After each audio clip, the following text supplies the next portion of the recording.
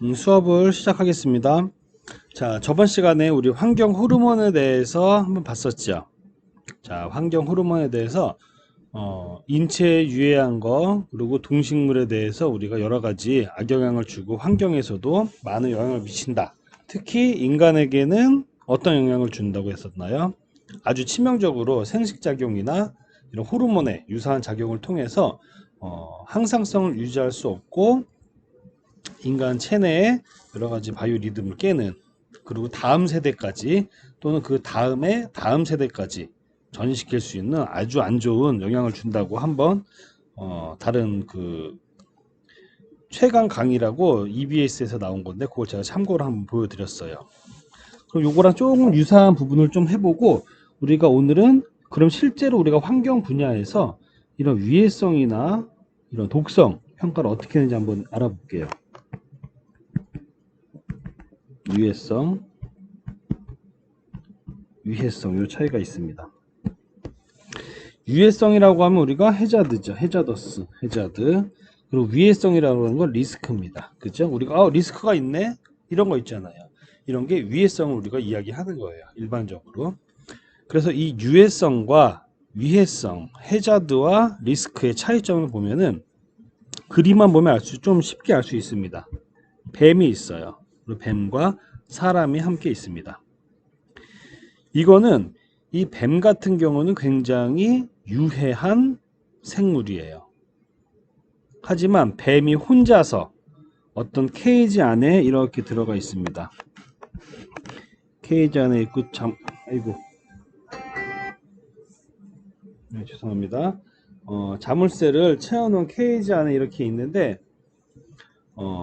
이렇게 있을 때 볼게요. 그러면 유해한 생물이기 때문에 유해성은 있지만 위해성은 없습니다.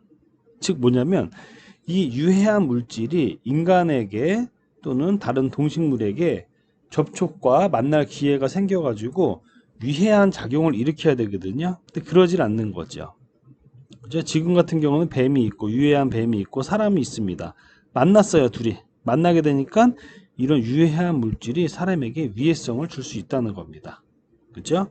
이거를 약간 통계학적으로 또는 확률적 분포로 설명을 하기도 해요. 또 하나 예를 들어서 아주 안 좋은 뭐 페놀이라는 물질이 있다고 칠게요. 페놀을 이렇게 해가지고 자물쇠에다가 딱 닫아놨습니다. 페놀이라는 물질이 이렇게 있어요. 자, 이것도 유해한 물질이죠. 자, 근데 이거를 전혀 나올 수 없는 아주 견고한 철제 가방에다가 넣고 다닙니다. 페놀을 안에 있어요. 절대 나올 수가 없어요. 아주 그냥 되게 견고한 거. 제가 가방으로 들고 다닙니다. 유해한 물질이지만 위해성은 없는 거죠. 이게 나와서 사람과 만날 일이 없으니까, 그죠? 하지만 이 페놀을 내가 페놀 액체를 주머니에 넣고 다닌다든지 내가 내 몸에 확 튀었다든지 그러면 이 유해한 물질 페놀이 위해성을 갖게 되는 겁니다. 그래서 뭐 해저드 리스크 어세스먼트 유해성 평가, 그리고 또는 위해성 리스크 어세스먼트 위해성 평가, 이런 말에서는요 유해성을 평가할 수도 있지만 일반적으로 우리는 이 위해성을 평가한다고 이야기를 합니다. 유해성이라는 것은 각각의 이런 물질들에 대한 어느 정도의 독성의 강도는 평가할 수 있겠죠. 그렇죠? 하지만 일반적으로 우리가 사람이 중심이기 때문에 이러한 물질이, 유해한 물질이 우리에게 어떠한 영향을 주는지, 이게 위해성 평가예요. 그래서 리스크 어세스먼트라는 이런 접근 방법론이 있습니다. 어쨌든 유해성과 위해성 차이를 알겠죠? 자, 그리고 저번 시간에 우리 환경 호르몬에서 나왔는데 호르몬과 유사한 작용을 해가지고 호르몬과 어떤 이런 수용체랑 결합이 돼서 작용을 해줘야 되는데 호르몬처럼 하는 거죠. 미믹, 모방, 그죠? 유사하게 유사작용하는 거예요. 모방하는 거. 그리고 저 블러킹 뭡니까? 봉쇄하는 겁니다. 내가 먼저 수용체랑 결합을 해버려 가지고 실제 다른 진짜로 결합을 해가지고 기능성을 해야 되는 호르몬이 만나지 못하게 애초부터 차단시켜 버리는 거죠. 미믹이랑 블러킹 작용. 우리 그 전에도 봤습니다. 참고를 해보시면 되고요. 자, 근데 이러한 모든 개념들을 바탕으로 국내에서도요, 국내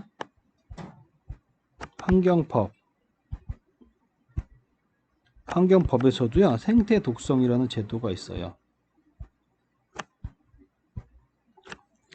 환경법에 생태 독성 제도가 있습니다. 이것을 수질오염 공정시험 기준이라는 일련의 절차를 만들고 공표를 해서 모든 사람들이 동일한 시험법을 가지고 독성을 평가하게 해놨어요. 이게 법 제도로 되어 있습니다.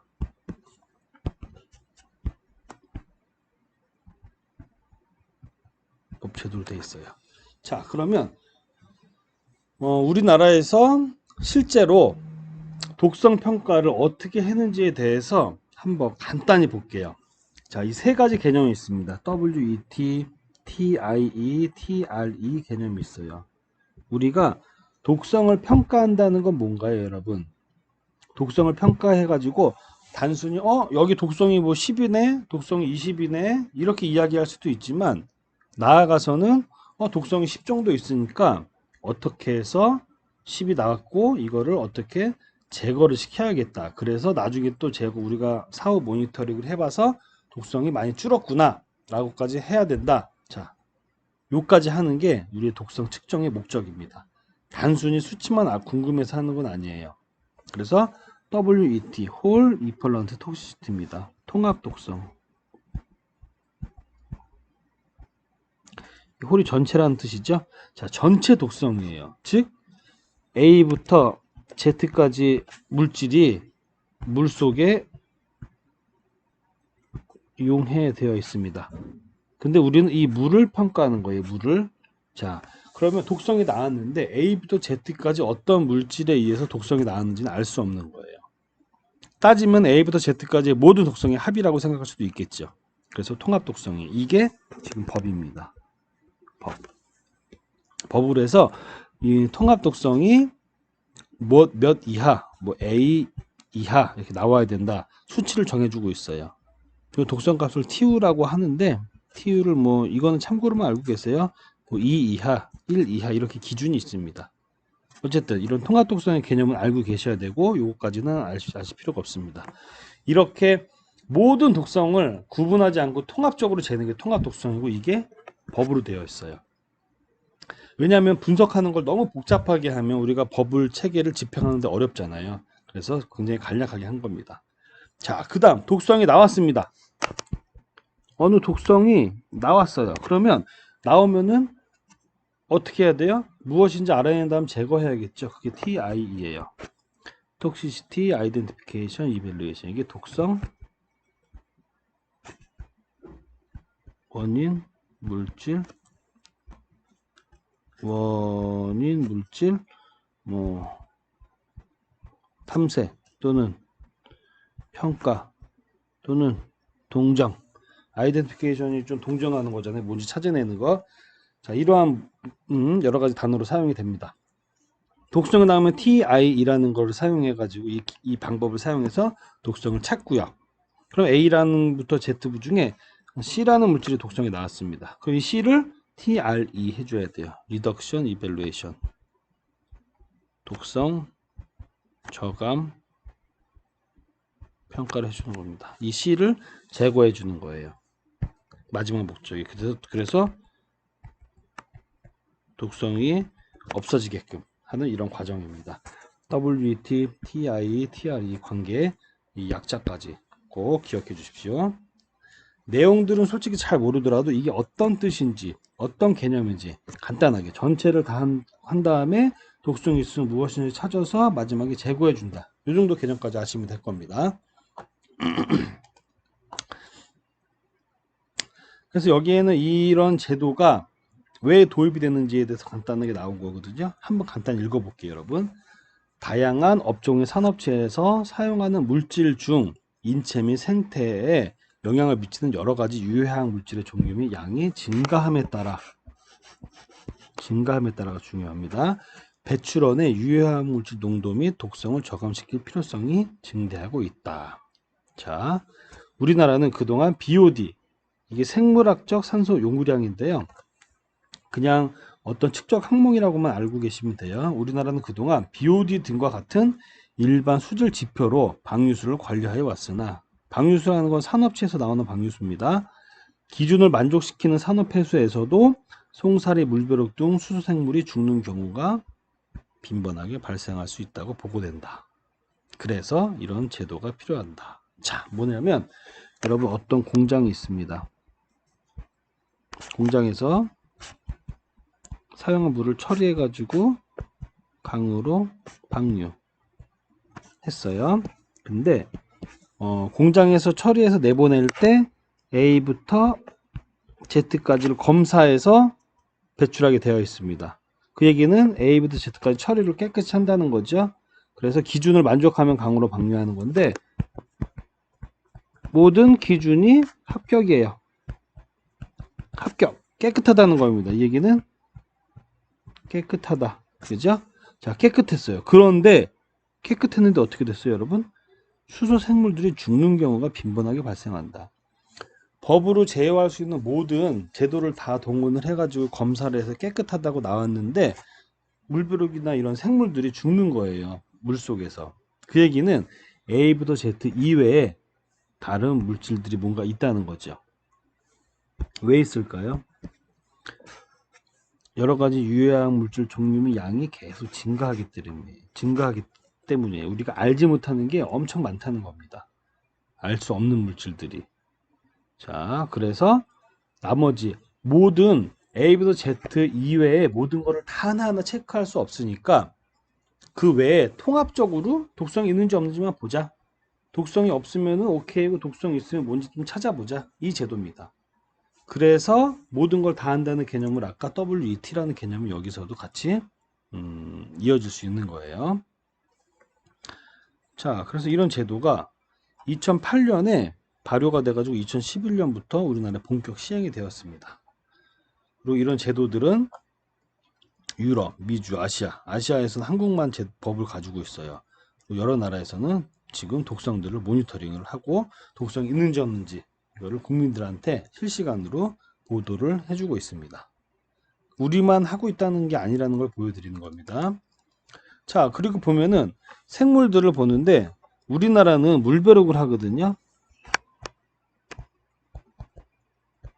물벼룩 한 종 갖다가 합니다. 한 종 갖다가만 시험을 해요. 근데 독일 보면은 하나, 둘, 셋, 네 가지 물고기, 물벼룩, 조류는 우리 클로렐라 같은 거 있죠. 그런 거예요. 박테리아는 달광 박테리아라 그래가지고 조금 더 바이오매스가 작은 아주 생물이죠. 그래서 따지면 분해자, 1차 생산자, 1차 소비자, 2차 소비자 이렇게 얘기할 수 있겠죠. 자, 영국은 2개, 프랑스는 4개, 네덜란드 4개. 이렇게 보면은 자, 하나만 하는 데가 우리나라밖에 없어요. 우리나라도 앞으로 어류나 조류나 조금 더 좀 확대될 예정입니다. 이런 나라들이 하나, 둘, 셋, 넷하고 2개 하고 여러 가지 생물들을 다 같이 하는 이유는 뭐냐면, 어떤 특정한 물질에 따라서 어류에만 영향이 강하고 얘네들한테는 영향이 없고, 또는 물벼룩한테는 독성이 강하지만 얘네한테는 없고, 조류한테는 강하지만 얘네들한테 없고, 이런 물질들이 특이성 있는 물질들이 존재를 해요.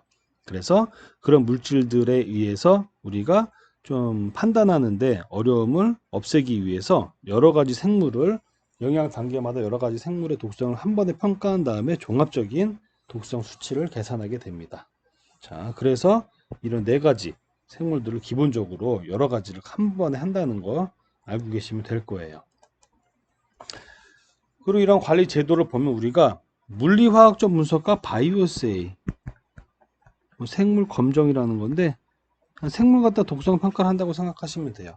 자, 물리화학적 분석하고 생태 독성 평가를 비교해 본 겁니다. 자, 물리화학적은 개별 물질 분리 정량, 어떠한 특정 물질들을 기계 또는 손으로 정량을 해서 분석을 할 수 있는 거죠. A는 몇, B는 몇, 수치가 따다다닥 나오게끔. 자, 근데 생태 독성은 뭐였습니까? WET였죠, 여러분. 무엇인지 모르지만 총괄적으로 독성 평가를 하는 겁니다. 전체 독성을. 자, 그래서 얘네들의 뭐 장단점을 비교해 보면, 개별 물질은 하나하나 물질을 검사해야 되기 때문에 물리화학적 분석을 하는 이쪽에서는 혼합물은 접근이 곤란해요. 하지만 생태 독성은 전체를 통합해서 무엇인지 모르지만 A부터 Z까지 모든 걸 통합해서 하기 때문에 접근이 가능하다는 거. 미규제 물질 같은 경우는 규제가 안 돼 있으니까 어떤 물질인지 모른다는 거거든요. 그래서 접근하기가 어렵습니다. 물리화학적으로는. 무엇을 분석해야 될지 모른다는 거예요. 이게 D인지 E인지 Z인지 A인지 모르는 거예요. 그래서 분석을 못해요.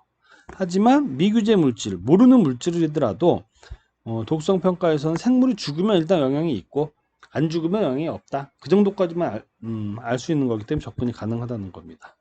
쉽게 이해가 되죠? 그래서 국내에서 사용하는 거는요, 물벼룩이에요. 다프니아 마그나라는 이런 종 이름인데 이게 물벼룩입니다. 이 물벼룩 갖다가 실험을 직접 하는 거예요. 이 물벼룩은 제가 좀 이따가 동영상으로 한번 보여드릴게요. 이 시험 방법은 EPA 미국입니다. 미국 시험 방법이 있고요. 유럽 시험 방법이 있고요. 수질형 공정 시험 기준 우리나라 시험 방법이 있어요. 근데 얘네하고는 똑같습니다. 미국하고 우리나라랑 같아요. OECD하고는 차이점이 있어요. 자, 이 차이점에 대해서는 표를 한 번씩 간단히 읽어보시고 여기 희석수 조성에서 제가 빨간색 해놨죠. 여기에서 큰 차이가 있는 거예요. 이 차이가 있는데 이 차이의 이유를 좀 보려면 이 화학 물질에 대해서 전체적으로 우리가 좀 공부를 해야 되는데 이번에 그 환경과 삶에서는 요까지는 깊이 들어가지 않도록 하겠습니다. 어쨌든 시험 방법은 공정시험 기준 국내 시험법과 미국의 시험법이 동일하다는 거 그렇게만 알고 계시면 돼요. 그래서 이런 시험법을 조금 더 편하게 써놓은 겁니다.